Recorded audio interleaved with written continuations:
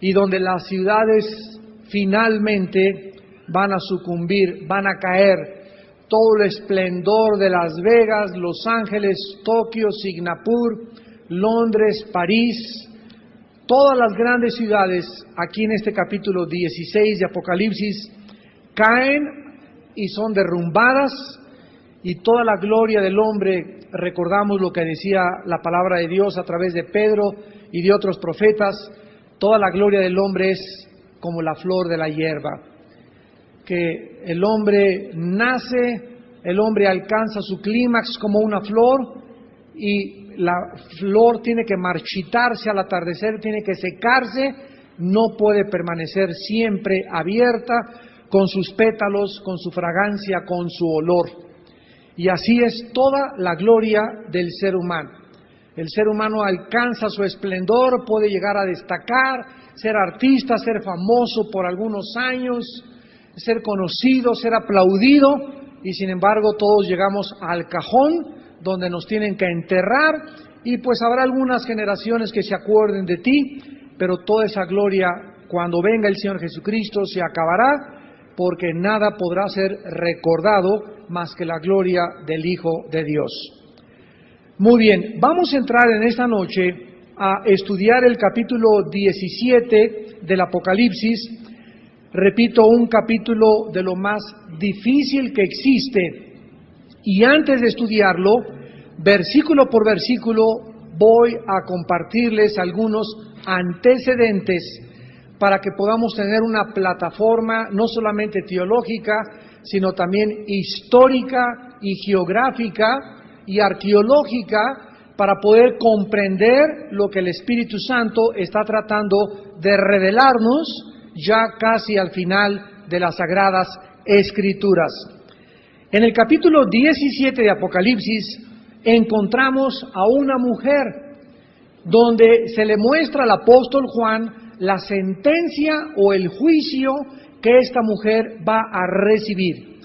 Inmediatamente en nuestro corazón y en nuestra mente como estudiantes de la Biblia sabemos que esta mujer está simbolizando, como otro símbolo del Apocalipsis, algo. Y el símbolo de esta mujer, junto con la bestia que aparece, que vamos a estudiar también en las próximas conferencias con muchísimos detalles, es muy importante porque es una de las claves, se podría decir así, es una conexión que une casi a los otros 66 libros de la Biblia esta mujer. Así que el simbolismo de esta mujer, que se describe como Babilonia la grande, la madre de las rameras y de todas las abominaciones de la tierra, es increíble cómo vamos a poder llegar a estudiar este pasaje, y la luz que esperamos el Espíritu Santo nos va a proporcionar a través de un estudio comparando escritura con escritura, precepto sobre precepto, porque la Biblia no es de interpretación privada. Si queremos interpretar, si queremos discernir qué significa un cuerno, una cabeza, la mujer, la bestia, otras partes de la Biblia nos dan la interpretación, y tenemos que juntar todas las piezas del rompecabezas para que podamos tener el cuadro perfectamente bien pintado, no por nosotros ni por nuestra imaginación, sino por el Espíritu de Dios, que es el autor de las Sagradas Escrituras. Muy bien, ¿qué conexión existe entre esta mujer ramera y el nombre de Babilonia? Porque se describe como Babilonia la grande en el versículo 5, la madre de las rameras. ¿Qué podría este nombre, en segundo lugar, preguntarnos, este nombre Babilonia, significar en los últimos días antes de la venida de Cristo? Porque Babilonia aparece, como lo vamos a ir desarrollando y estudiando, desde el principio de la Biblia, como la primer ciudad que se construye, como el primer imperio que se levanta, junto con el primer rebelde que personifica a Satanás en la Biblia, y vuelve otra vez a cobrar resonancia al final de la Biblia, en la consumación del pueblo de Dios en el libro de Apocalipsis. La ciudad más mencionada en la Biblia, más de 380 veces, es Jerusalén. Y la segunda ciudad, o el segundo nombre más mencionado en la Biblia después de Jerusalén, es Babilonia. Así que es lógico que detrás de este nombre no solamente se esconda una región geográfica que se conoce actualmente como la nación de Irak, donde está un conflicto tremendo, donde ya parece que se les va a regresar el mando, donde las Naciones Unidas están tratando de intervenir, sino que también este nombre tiene un significado o un simbolismo que vamos a descubrir tal vez, si el tiempo nos alcanza, en esta noche. La característica común de todos los imperios mundiales, y vamos a mencionarlos rápidamente, los sumerios, los asirios, los egipcios, los babilonios, los medos persas, los griegos y los romanos, todos estos imperios tenían un factor común denominador. Porque tenemos que comenzar desde aquí. Tenían algo que hizo que todos ellos pudieran ser reconocidos por este factor. Y fue que todos han mantenido la unidad entre la política y la religión. Todos los grandes imperios se conocen como gobiernos íntimamente relacionados con las religiones. Y para que podamos comprender esto, tenemos que entender que cuando hablamos de religiones, todas las religiones son la más grande falsificación del plan y del programa original de Dios para la salvación del ser humano. Así que cuando estamos hablando de religiones, estamos hablando de todos los sistemas inventados por el ser humano para poder alcanzar el cielo o para poder descubrir los secretos del más allá. Cuando estudiamos la palabra religiones y la connotación que esta palabra religión lleva, descubrimos algo tremendo que hemos venido enseñando desde hace bastante tiempo, y es lo siguiente. Es una equivocación creer que al mencionar religión se asocia con Dios. Es la primera equivocación y el primer error que existe en la teología moderna. O sea que cuando alguien dice, esta persona es muy religiosa, lo que comúnmente llega a la mente de todos, ya sea periodistas, comunicadores, comentaristas de televisión, es una persona que anda con su rosario, que anda con Dios o que siempre es muy religiosa. Se asocia religión con Dios, cuando la realidad es lo diferente. Porque, por ejemplo, el comunismo, que es básicamente con una estructura fundamental atea, es una religión. El budismo, que es ateo, es una religión atea. Buda era ateo. El budismo no tiene ningún Dios. Entonces tenemos un concepto equivocado cuando comenzamos a creer que religión es Dios. Ahí me preguntan, ¿cuál es su religión? Les contesto, yo no tengo ninguna religión. ¿Pero cómo si usted predica la Biblia?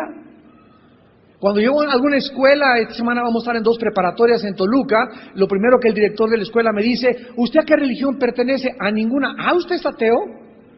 O sea, creen que al no tener una religión, tú eres ateo, porque se asocia, repito, la palabra religión con creer en algún Dios, cuando es todo lo contrario por la ignorancia del desconocimiento de la raíz etimológica de la palabra religión.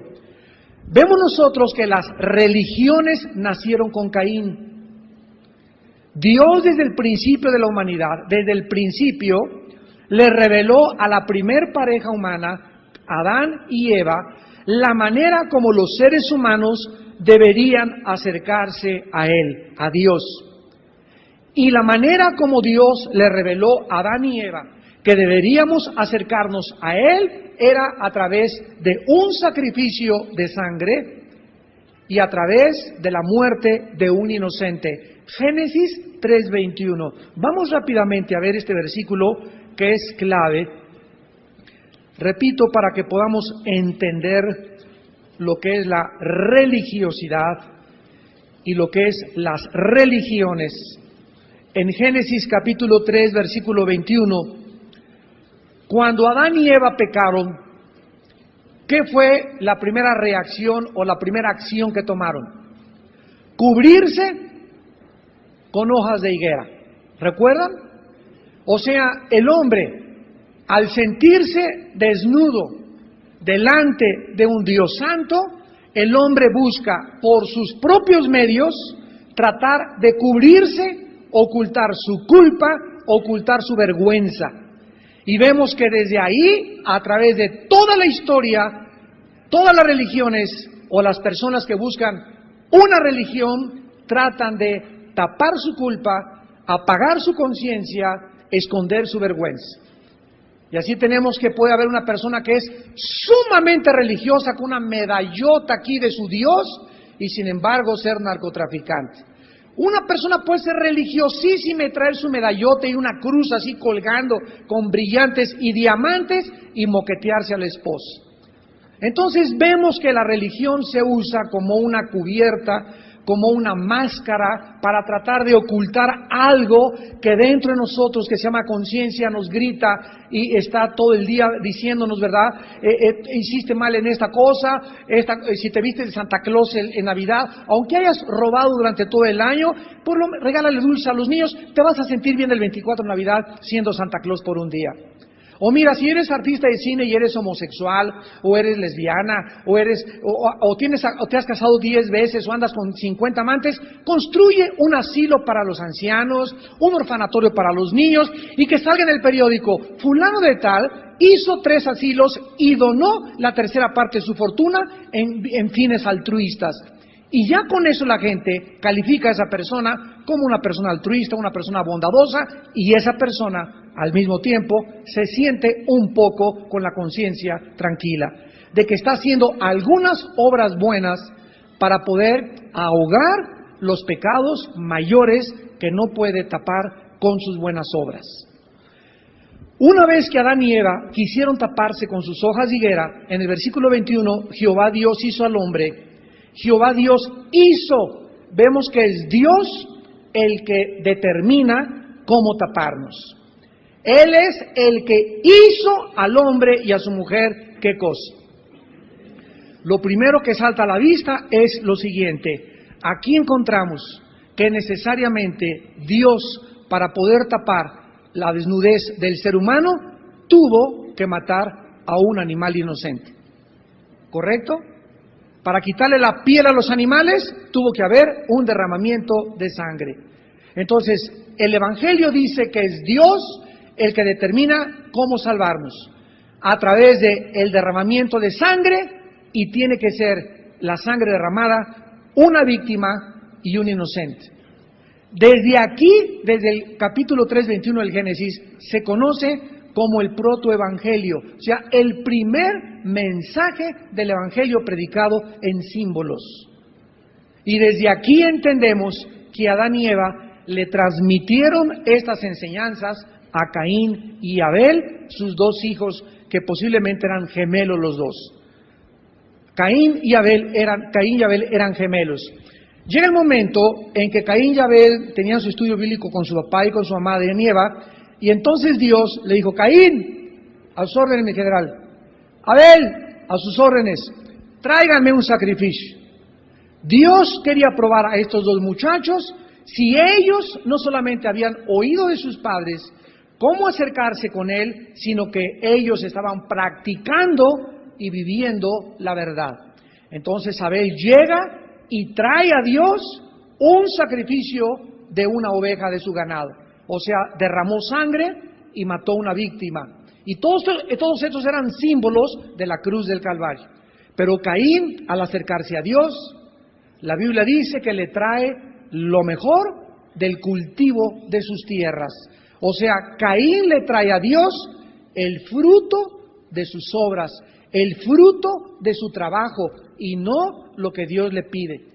Y cuando Caín se acerca a Dios, Dios le dice a Caín: no quiero tu ofrenda, por lo que Caín decae su semblante, se siente mal, se siente avergonzado, pero se convierte esa vergüenza y esa amargura en odio en contra de su hermano que había traído la ofrenda correcta. ¿Por qué Dios rechaza la ofrenda de Caín? Porque Caín se acerca a Dios a traerle a Dios lo que él creía que era mejor para poder acercarse a Dios. Y ahí nacen todas las religiones de la historia humana. ¿Qué cosas son las religiones? Apúntalo. Las religiones, todas sin ninguna excepción, no hay ninguna excepción, son el sistema inventado por el ser humano para poder acercarse a Dios. A través de dos cosas, de sus buenas obras y de sus sacrificios.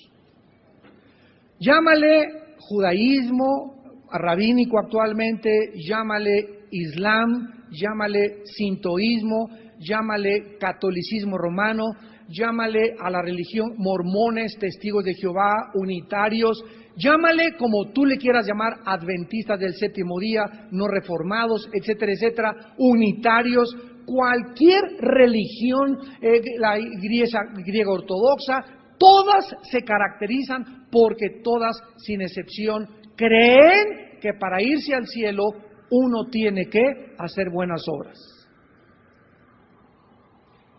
Todas, sin excepción, y otras les agregan sacrificios.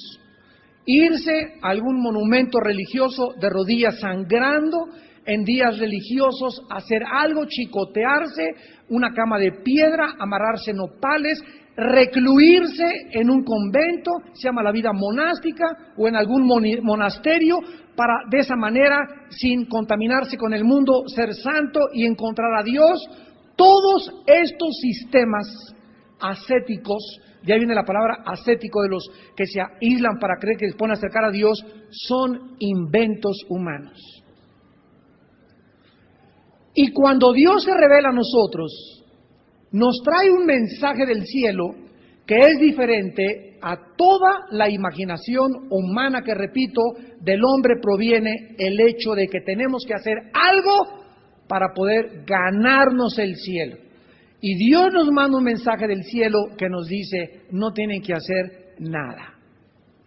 Esto inmediatamente choca con mi mente, con mi forma en la que mi religión me enseñó, llámese como se llame tu religión, porque mi religión me enseñaron, tienes que hacer esto, cumplir con esto, viernes primero, o peregrinación, o ir a la Seca, o a la Meca, o hacer esto, sí, hacer, cumplir, para estar constantemente, si hay un miércoles de ceniza, ponerme la ceniza, si hay esto, ir a hacer estas cosas, cumplirme de chiquito, echar el bautizo, ritos, religiones, y si no, no estoy en mi religión. Ir el domingo y presentarme a la religión a la que yo voy, hacer, obras, y si te mueres, a ver si, y si no entras de chiripada, hay otro lugar que se llama el purgatorio.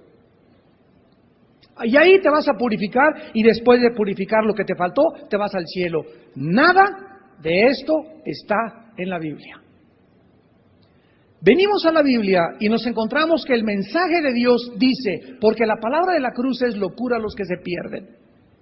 El mensaje que Dios nos envía del cielo es locura, va contra mi razón, contra mi lógica, contra mi entendimiento, porque el mensaje del cielo es el que crea en la obra de Dios en la cruz del Calvario será salvo, sin absolutamente hacer nada. Y la persona que crea que el Hijo de Dios murió en la cruz en nuestro lugar, tendrá la salvación eterna de sus pecados.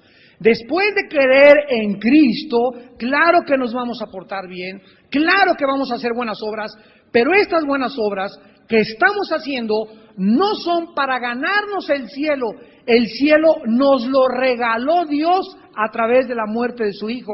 Las obras que hacemos serán el producto, el resultado de nuestra salvación y no el medio para la salvación, por el amor y la misericordia de Dios. Entonces, este mensaje es locura a los que se pierden y por eso mucha gente lo rechaza porque dicen, ay, si no puede ser tan fácil, yo tengo que hacer algo para irme al cielo. Y la Biblia dice, es Romanos 3, 23 al 26, totalmente gratis. Gratuitamente la redención que es en Cristo mediante el derramamiento de su sangre en la cruz del Calvario. La salvación nos la regala Dios mediante la fe. Efesios 2, 8, 9, porque por gracia somos salvos por medio de la fe, no por obras, no por nada que hayas hecho. ¿Por qué? Porque pregunta, ¿qué obra sería la necesaria para entrar al cielo cuando Dios hizo la más grande obra al permitir que su Hijo muriera en nuestro lugar? Sería como competir con la obra de Cristo en la cruz del Calvario. ¿Qué podría yo hacer primero al cielo? ¿Ir a una Popocatépetl de rodillas 100 veces? ¿Amarrarme a una cama con opales y sufrir ahí 5 años? El sacrificio de Cristo fue más grande que cualquier sacrificio que yo pudiera hacer. Como el ser humano no podía hacer nada para su salvación, porque estamos muertos en nuestros pecados, Dios tuvo como Adán y Eva que intervenir y Él proveernos las vestiduras. Y la vestidura, que es la salvación que Dios nos provee, se llama la justicia de Jesucristo. Vemos pues que entonces el ser humano es incorregiblemente religioso. Como lo decía el doctor vienés Sigmund Freud. Él atribuía la religiosidad del ser humano a el temor a lo desconocido y a que siempre algo en la vida del ser humano está buscando que trasciende el mundo real que nos rodea y que quiere sumergirse en un mundo que desconoce. Esta es la razón por la cual los seres humanos, de acuerdo a la Biblia, cuando no conocen el mensaje de la Biblia, adoran lo que no saben. Y el ser humano, cuando no conoce la revelación, cuando no ha oído lo que Dios quiere y traemos la eternidad en la conciencia, el ser humano es llevado, esto no lo hacen los changos, ni los orangutanes, ni los conejos, ni ningún animal, solo el ser humano es increíble, extremadamente, radicalmente religioso. Cuando el ser humano no sabe quién es Dios, el hombre se fabrica un Dios porque fuimos creados con la necesidad de adorar algo.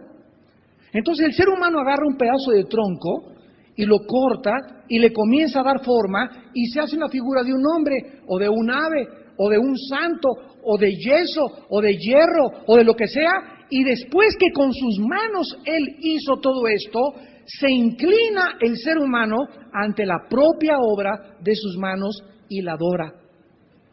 Esto, a la luz de la Biblia, se llama paganismo, se llama idolatría.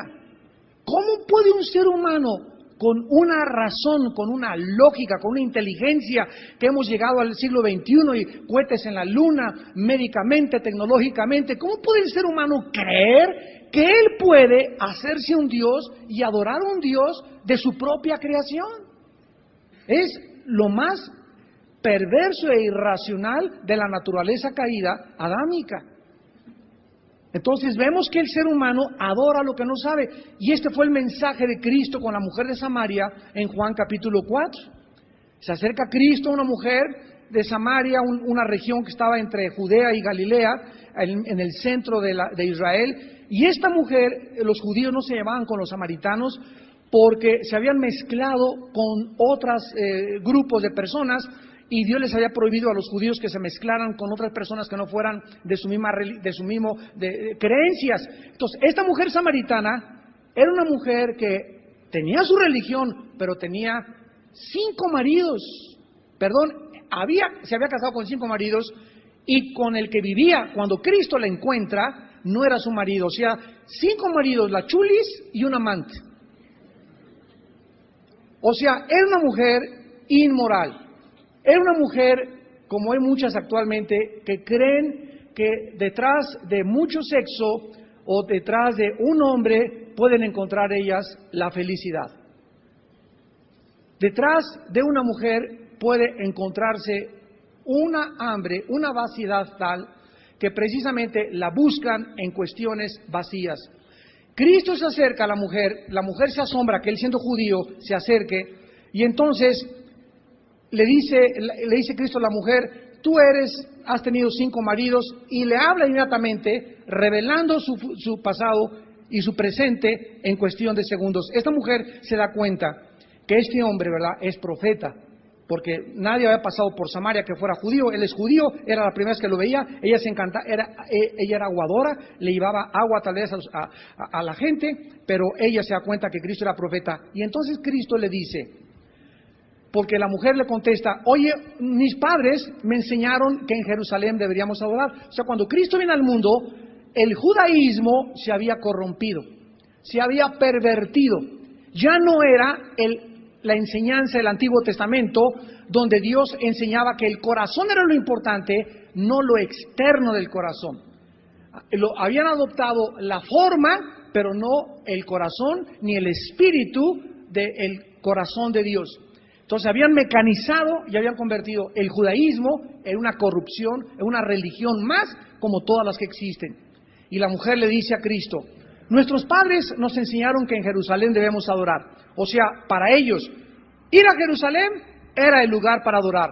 600 años después, Mahoma aparece en el año 605 después de Cristo y les enseña que es en la Meca donde deberían de adorar. Cristo le contesta a la mujer, mira mujer, ni es en Jerusalén, ni es en ese monte, ni es en ese edificio, ni es en esa religión, en otras palabras, mi Padre es espíritu. Y los que le adoran, es necesario que le adoren en espíritu y en verdad.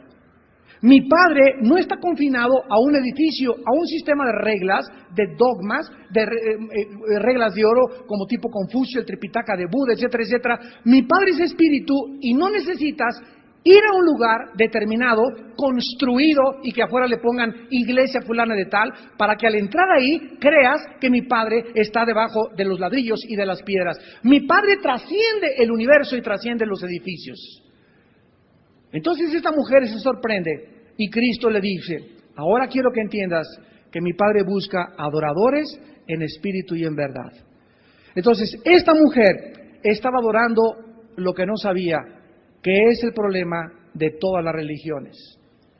Habla con un mormón, habla con un testigo de Jehová, o con un católico, o con protestantes también, que son, pero muchas veces peor de religiosos todavía, los que no son cristianos. Hay protestantes que no son cristianos, muchos que vienen aquí a Villanueva no son cristianos, han venido y son religiosos tototototes.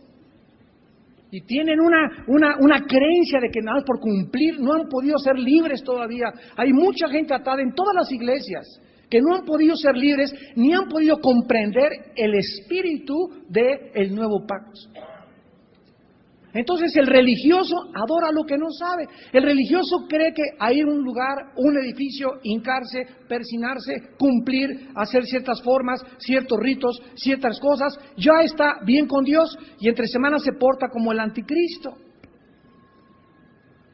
Es como amea a su mujer, le es infiel a su mujer, no le importan sus hijos, lleva una vida doble, su vida es una mentira, pero eso sí, el domingo no falla a su iglesia. Esta es la religión. Y escúchenme, vamos a terminar aquí para pasar a la segunda fase con esta verdad. No existe mayor disfraz para Satanás que las religiones.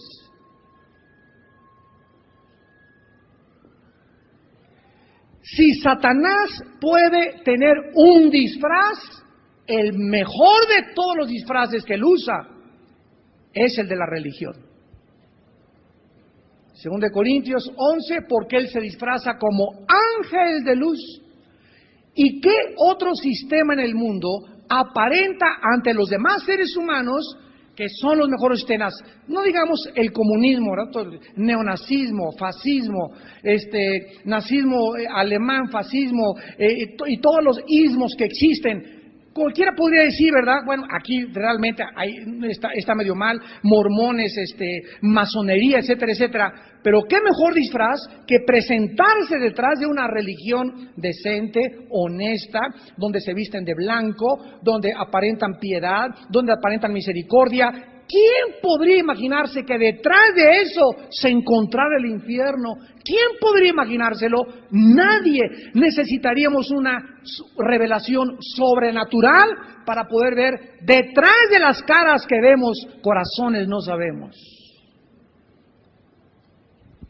Así pues, esta ramera de Apocalipsis representa a todos los sistemas religiosos inventados por la humanidad.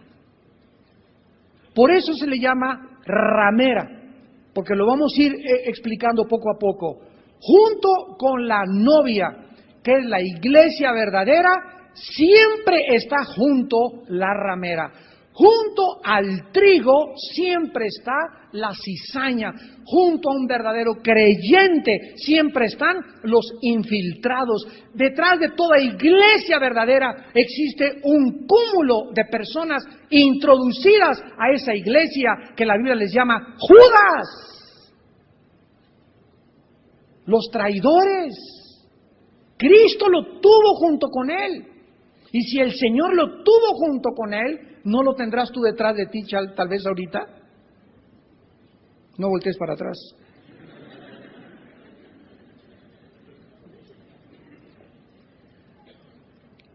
Lo interesante es que en Apocalipsis encontramos a los sistemas religiosos con la bestia que representan el poder político.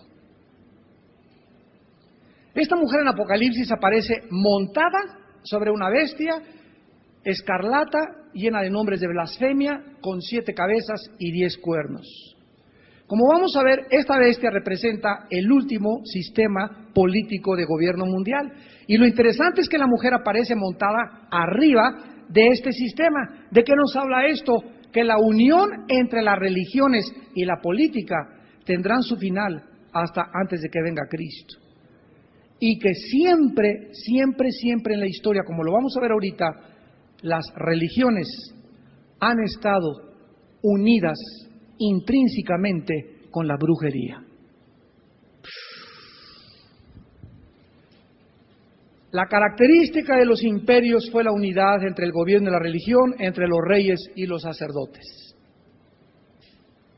La frase separación de Estado y de Iglesia no se oía en esos tiempos. Realmente lo opuesto era la realidad. Tenía forzosamente que funcionar el Estado con las religiones. Ahora, una de las cosas que saltan a nuestra vista en esta noche que vamos a leer, vayamos al libro de Éxodo capítulo 7, Éxodo 7, es que todos los gobernantes de la Biblia impíos, desde luego. No estamos hablando de David, porque hasta Saúl acabó con los brujos. Todos los gobernantes impíos de la Biblia, de todos los imperios, tenían a sus mejores consejeros, que eran brujos. Metidos todos en el ocultismo. Esta relación no podemos evadirla ni pasarla por alto en este estudio del Apocalipsis. Dice en Éxodo 7, por ejemplo, el versículo 11, que el faraón tenía sabios y hechiceros, que hicieron también lo mismo los hechiceros de Egipto con sus encantamientos. Pues echó cada uno su vara, las cuales se volvieron culebras, mas la vara de Aarón devoró las varas de ellos. Vemos que en los imperios más grandes de la antigüedad, como los vamos a ir pasando rápidamente, como fue Egipto, los faraones tenían a su izquierda y a su derecha, o a su derecha y a su izquierda, a brujos. Y estos hombres no eran charlatanes, tenían poderes, actualmente le llaman la magia de Harry Potter, pero eran poderes reales de Satanás, que imitaban el poder y los milagros de Dios. Nada más que ya vemos más adelante, ¿verdad?, que la vara de Moisés se come esas varas, demostrando que el poder de Dios es más grande que el poder de los brujos y los ocultistas, y etcétera, etcétera. Pero vemos que estos hombres tenían a sus lados siempre brujos. Vayamos ahora al libro de Daniel. Y veamos también en este libro tan maravilloso de Daniel, en el capítulo 2, versículo 2, que Nabucodonosor, uno de los reyes más famosos de la historia, el ahora preso Saddam Hussein, dijo que él era la reencarnación de Nabucodonosor y que por lo tanto desde 1982 él comenzó a restaurar y a reconstruir la antigua Babilonia, una ciudad que está cruzando el río Tigris ahorita, está como a 50 kilómetros de la ciudad de Bagdad y que se llama Hilla, Hillah. Esta ciudad es donde estaba la antigua Babilonia, con sus famosos jardines colgantes, que fueron una de las maravillas del mundo. Este rey Nabucodonosor, cuando tenía sueños, cuando tenía un problema, dice Daniel 2, versículo 2, hizo llamar el rey a sus magos, Chartom en el hebreo, y a sus astrólogos, Ashap en el hebreo, y a sus Kashap, a los encantadores. Miren nada más lo que tenía este rey. Tenía magos, tenía astrólogos y tenía encantadores. Y a ellos consultaba para sus sueños, para sus apariciones, para tomar decisiones. Vemos pues que detrás de casi todos los imperios mundiales, ¿quién está detrás de los brujos, de los magos, de Walter Mercado, tu pariente, y de todos aquellos que actualmente es la moda en el siglo XXI, la astrología, como lo vamos a ver a continuación, pertenece al mundo de la brujería? Presidentes actuales tienen sesiones de brujería, consultan a brujos, tienen consejeros brujos. Hitler, vamos a ver, estaba metido en el ocultismo, pero hasta las chanclas, como decimos en México. Detrás de todo eso se encuentra Satanás. Y estas 7 cabezas que aparecen en la bestia en Apocalipsis 7 son los 7 imperios mundiales, mostrándonos que Satanás los gobernó todos. Todos los imperios mundiales tenían esta característica, además que todos los imperios mundiales tuvieron otro factor denominador, que fue en que todos fueron antisemitas. ¿Ustedes creen que es coincidencia que todos hayan odiado a un grupo especial de terrícolas llamados los judíos? ¿Ustedes creen que es coincidencia todo esto? Lo vamos a ir investigando. Ahora veamos en Daniel 4, capítulo 4 de Daniel, que tenemos el mismo precedente, versículos 6 y 7. Y dice aquí Nabucodonosor: por esto mandé que vinieran delante de mí todos los sabios de Babilonia, para que me mostrasen la interpretación del sueño. Y vinieron magos, astrólogos, caldeos y adivinos, y les dije el sueño, pero no me pudieron mostrar su interpretación. Capítulo 5 de Daniel, versículo 7. El rey gritó en alta voz que hicieran venir magos, caldeos y adivinos. Y dijo el rey a los sabios de Babilonia. Ahora vean ustedes que a este grupo de hechiceros se les consideraba en la antigüedad hombres sabios. Ellos eran los que tenían la sabiduría del gran arcano, los que conocían el misterio del Triángulo de las Bermudas, los que conocían el misterio de los ovnis, los que conocían el misterio de las pirámides de Egipto, de los círculos de Inglaterra, etcétera, etcétera. En toda la historia siempre ha habido misterios que cierto grupo de personas se atribuyen que conocen los misterios, y siempre lo atribuyen al más allá.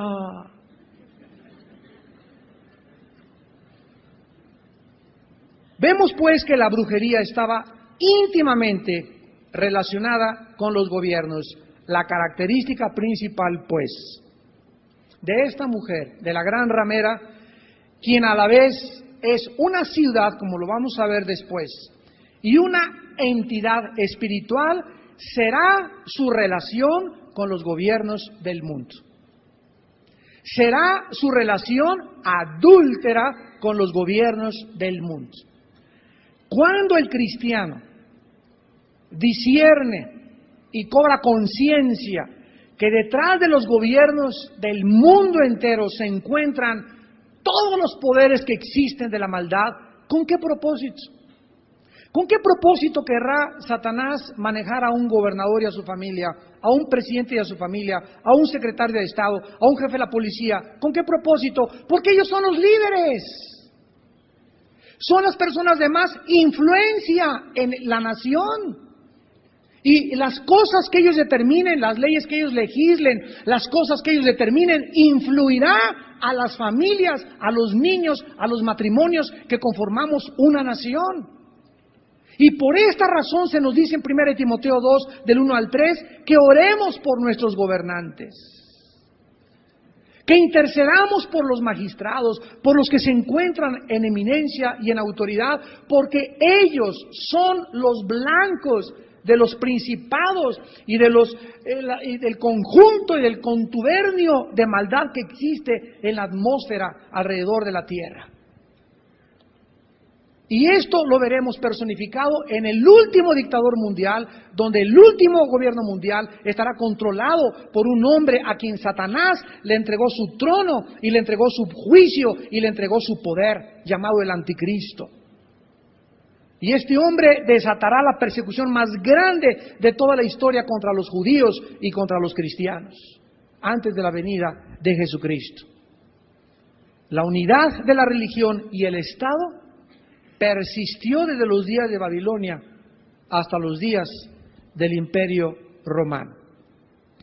Ahora, cuando nosotros vemos la palabra Babilonia también en Apocalipsis 17, vamos a el capítulo 10 del Génesis y veamos su origen para poder determinar y entender por qué a esta mujer, que es el sistema religioso apóstata, que se va a manifestar antes de la segunda venida de Cristo, ¿por qué se le da a esta mujer ramera, que vimos que es la representante de todos los sistemas religiosos, porque son una usurpación, son una falsificación de la verdadera novia de Cristo? ¿Por qué se le da el nombre de Babilonia? ¿Qué relación existe entre la religiosidad y el nombre de Babilonia? Bueno, aquí en Génesis 10, versículo del 8 al 10, encontramos estas palabras. Y dice la Biblia que Cus engendró a Nimrod, quien llegó a ser el primer poderoso de la tierra. Este fue vigoroso cazador delante de Jehová, por lo cual se dice, así como Nimrod, vigoroso cazador delante de Jehová, y fue el comienzo de su reino Babel. O sea que el primer reino en existir en la humanidad, de acuerdo a las escrituras bíblicas y a la misma arqueología moderna, y donde tuvo su origen la humanidad fue en el Medio Oriente. Y todos, absolutamente, tanto lingüistas como etimólogos, como arqueólogos, como antropólogos, están de acuerdo que ahí se inició el origen de la humanidad. La Biblia nos da más detalles y nos dice que fue en la nación que se conoce actualmente como Irak.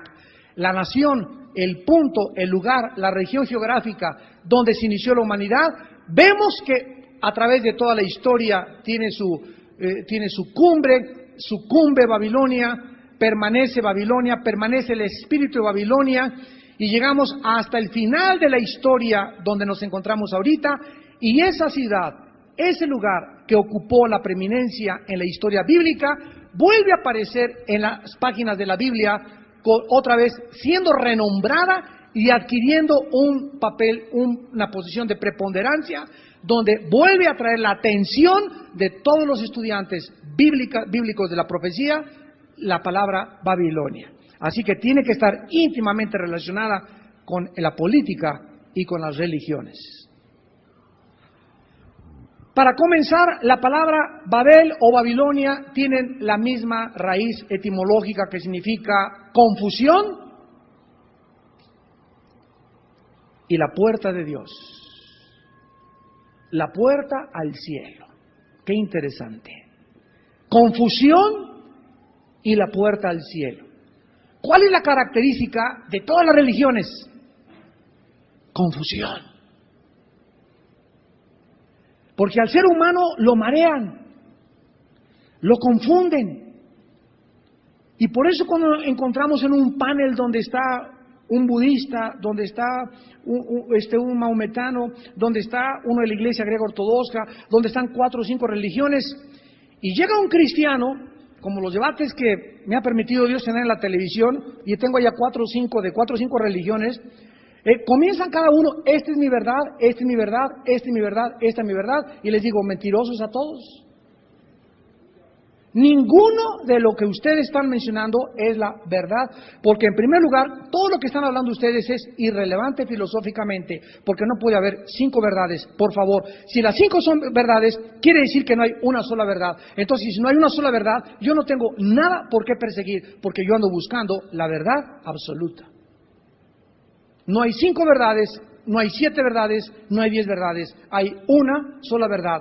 Y si no hay una sola verdad, no puede existir lo que se llama el absolutismo, sería el relativismo, donde todo es relativo. Eso es verdad para ti, eso es verdad para ti, eso es verdad para ti, para el peloncito, para el gordito, para el otro. Cada quien tiene su verdad y yo tengo mi verdad. Vivimos en un mundo donde no existe la verdad. ¿Qué estamos buscando si cada quien tiene su verdad? Y llega un hombre del cielo llamado Jesús y nos dice: yo soy la verdad. Lo cual atrae nuestra atención hacia Él y comenzamos a acercarnos a Él y estudiar la vida de este hombre y seguirlo y escudriñarlo y ver lo que dice la Biblia acerca de Él, y creemos y comprobamos y llegamos a la conclusión de que Él era realmente la verdad absoluta del universo. La realidad de todo cuanto existe. En el momento que tenemos estos debates, o tú los vas a tener algún día, lo primero que te van a clasificar es como intolerante. Es lo que me han dicho: usted es un intolerante. Usted no permite nada más que su verdad. Le digo: es que no es mi verdad, es la verdad de Jesús. Y quiero decirles que yo vengo a defender esa verdad, que se encuentra en las páginas de la Biblia. Y una vez que tú sacas la Biblia a colación, les dices: sácame tu libro sagrado, peloncito, sácame tu libro sagrado, gordito, sácame tu libro, sácame cada quien el libro que tenga en su religión, sácame el Tripitaka, sácame el libro del Mormón, sácame el libro de los Testigos de Jehová, sácame cada quien su libro, y yo los reto a compararlo con el libro que se llama la Biblia. Y a ver si sus libros sagrados siquiera se pueden comparar en la historicidad, en las evidencias científicas, arqueológicas, geográficas, históricas, psicológicas, genéticas que tiene este libro que es la Biblia, que fue el primero en haber sido impreso en la imprenta de Gutenberg, que es el libro más traducido, más dialectos y a más idiomas, el más controvertido, el más perseguido, por eso, porque contiene verdades absolutas. Y porque contiene la historia desde el principio hasta el final de la humanidad. Y el único que contiene las 3 respuestas que ninguna religión puede contestar: ¿de dónde venimos? ¿Quiénes somos? ¿Y a dónde nos dirigimos? Ninguna filosofía, ninguna religión te puede contestar estas preguntas. Vemos pues entonces que esta Babilonia de Nabucodonosor fue construida después alrededor de las torres de Babel. Y el propósito original, después de que Nimrod construye esta ciudad, nos lo da el capítulo 11 del Génesis. La tierra tenía una sola lengua, unas mismas palabras. Comenzaron a encontrar una llanura en la tierra de Sinar. La tierra de Sinar es la tierra de Babilonia, y allí se establecieron. Y se dijeron unos a otros: hagamos ladrillo, cozámoslo con fuego. Versículo 4, y dijeron: vamos, y subrayen los que gusten en su Biblia la palabra: edifiquémonos y hagámonos un nombre. Aquí encontramos en las páginas de la Biblia el principio de lo que en el siglo XXI se llama globalismo, o un solo gobierno mundial. Esta ciudad de Babel era una unión político-civil de los habitantes de la tierra en ese tiempo. Pero al construir una torre, le agregaron el elemento de la religión, porque esta torre claramente se encontraba detrás de sus propósitos un motivo religioso para poder alcanzar el cielo. ¿Se acuerdan que la palabra Babel significa puerta de Dios al cielo? Babel pues representa la unión, escríbelo, del Estado y de las religiones, involucrando al mundo entero en un intento de elevar al ser humano al nivel de Dios.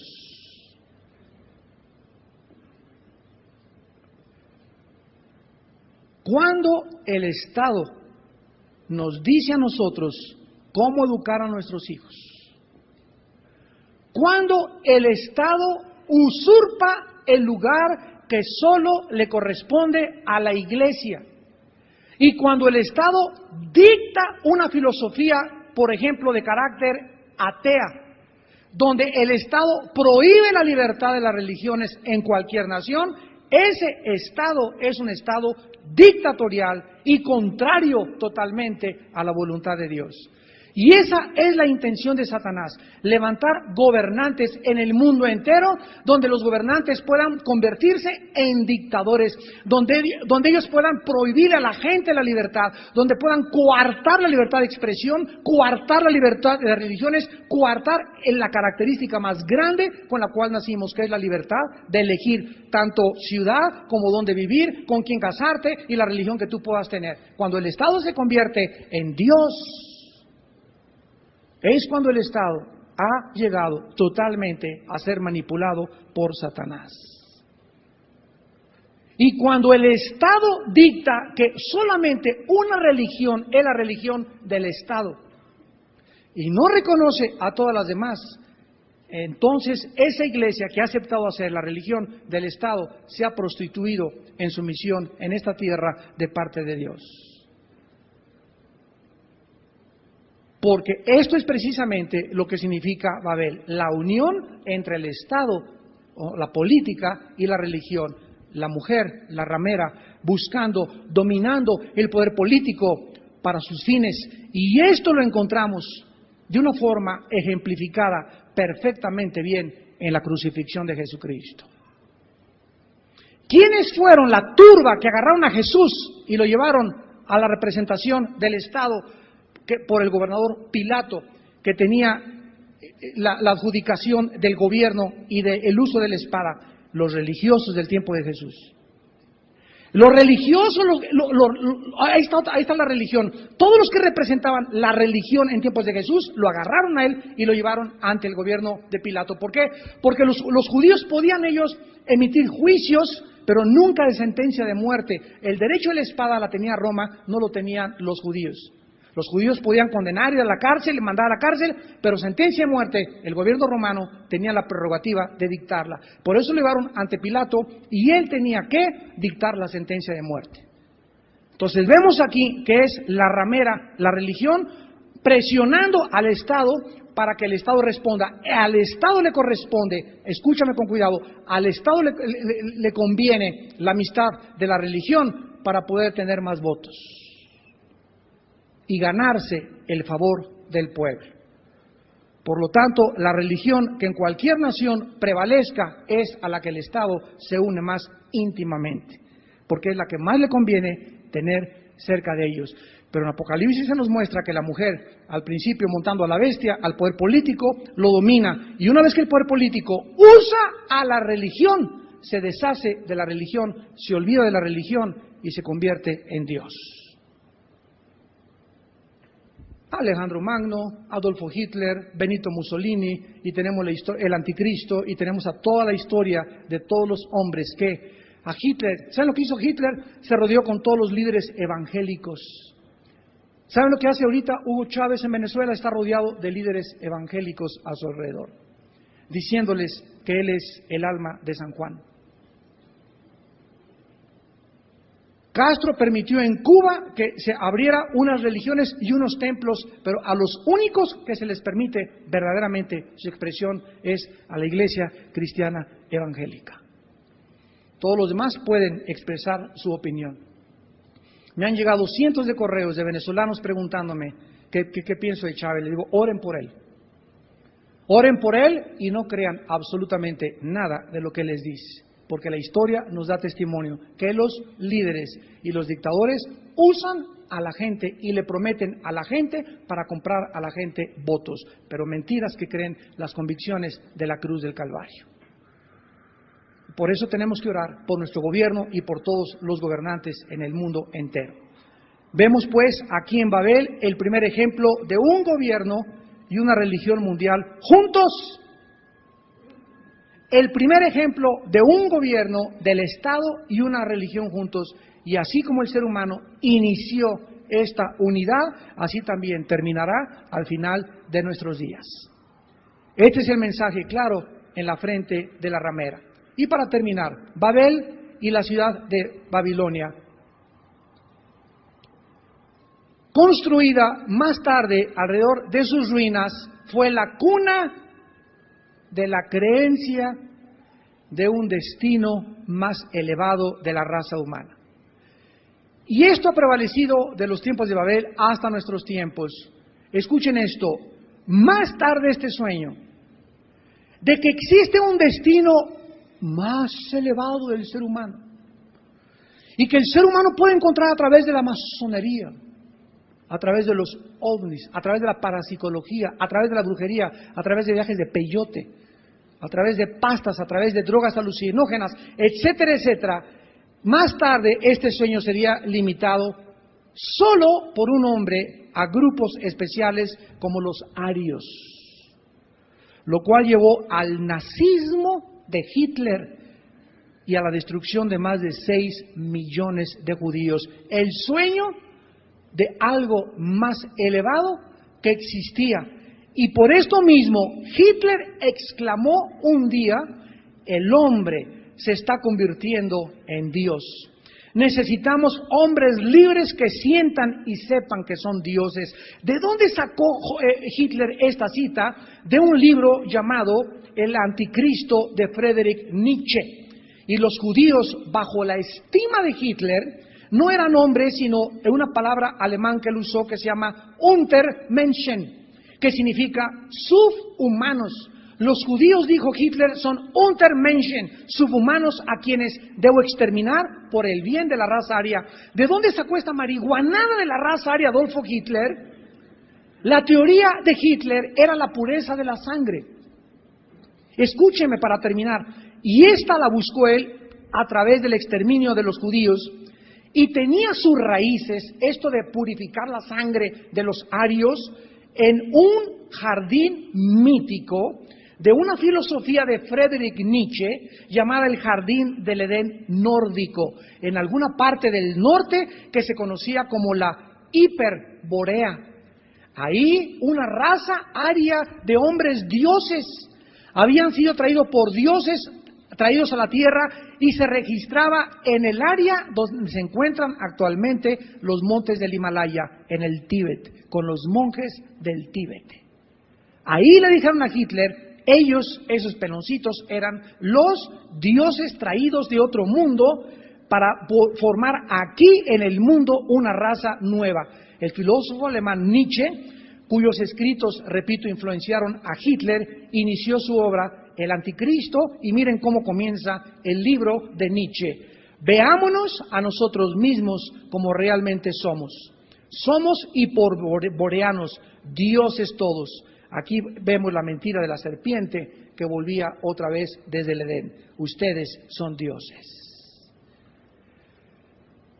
Vamos a detener, ya se nos acabó el tiempo. Como ustedes ven, tenemos muchísimo material que cubrir. Yo tengo que llevarlos a través de toda la historia para que comprendamos cómo se esconde detrás de todos los símbolos de la Biblia y del Apocalipsis, las mentiras a través de los gobiernos, de la historia, de las religiones en el mundo, y que solo el Espíritu Santo es capaz de poder abrirnos los ojos del entendimiento para que podamos ver el resplandor de la luz de la verdad de Jesucristo en nuestro corazón. Señor, te damos gracias en esta noche por la maravillosa palabra que nos das en la Biblia y por estas lecciones que aprendemos, que nos dan entendimiento de por qué el ser humano, por qué los gobernantes, por qué hemos actuado como hemos actuado, y nos dan una razón de por qué el ser humano se encuentra en el siglo XXI.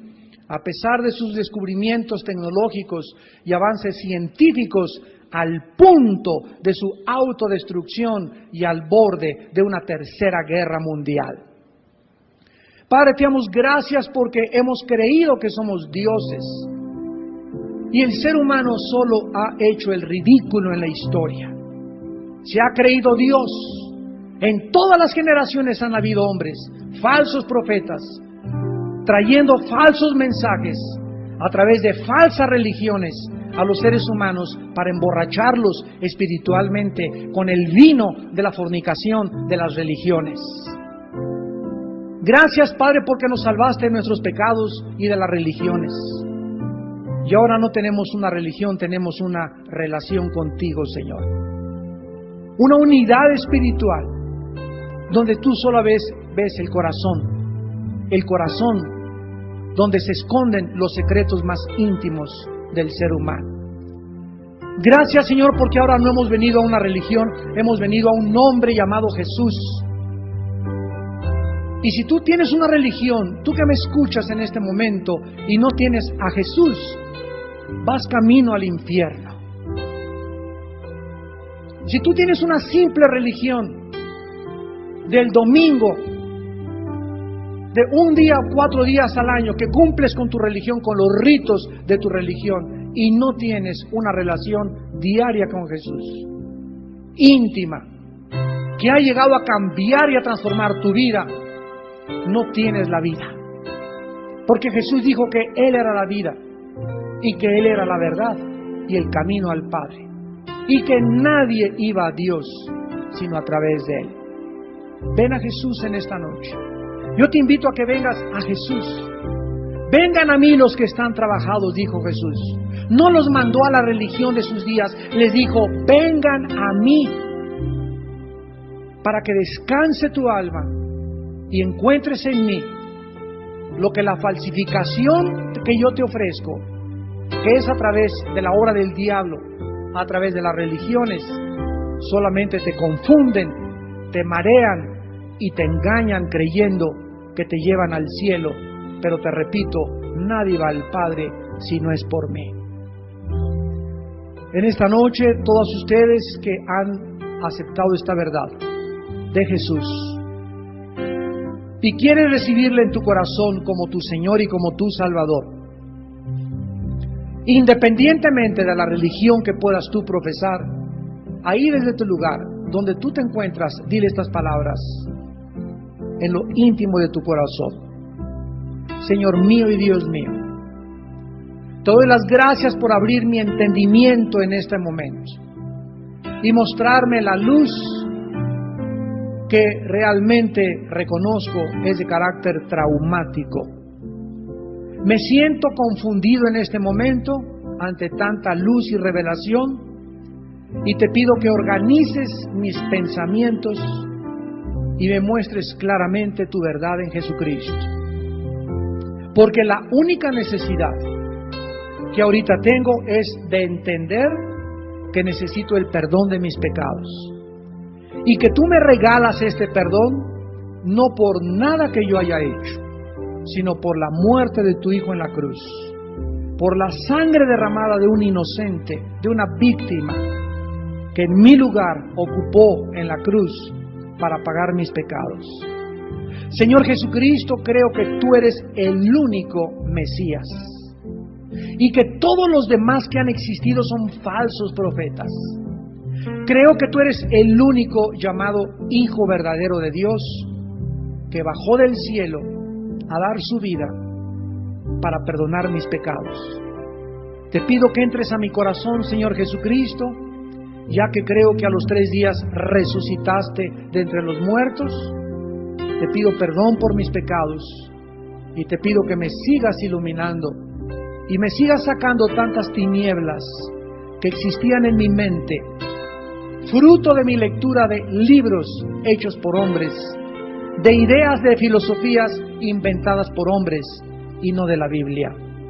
Ahora quiero creer en la Biblia, meditarla y guardarla en mi corazón para que tus pensamientos transformen mi corazón y yo pueda verdaderamente decir que la gracia que has derramado no es en vano, porque soy un soldado desde este momento del ejército de Jesucristo, en quien oro y te lo pido y te doy las gracias. Amén.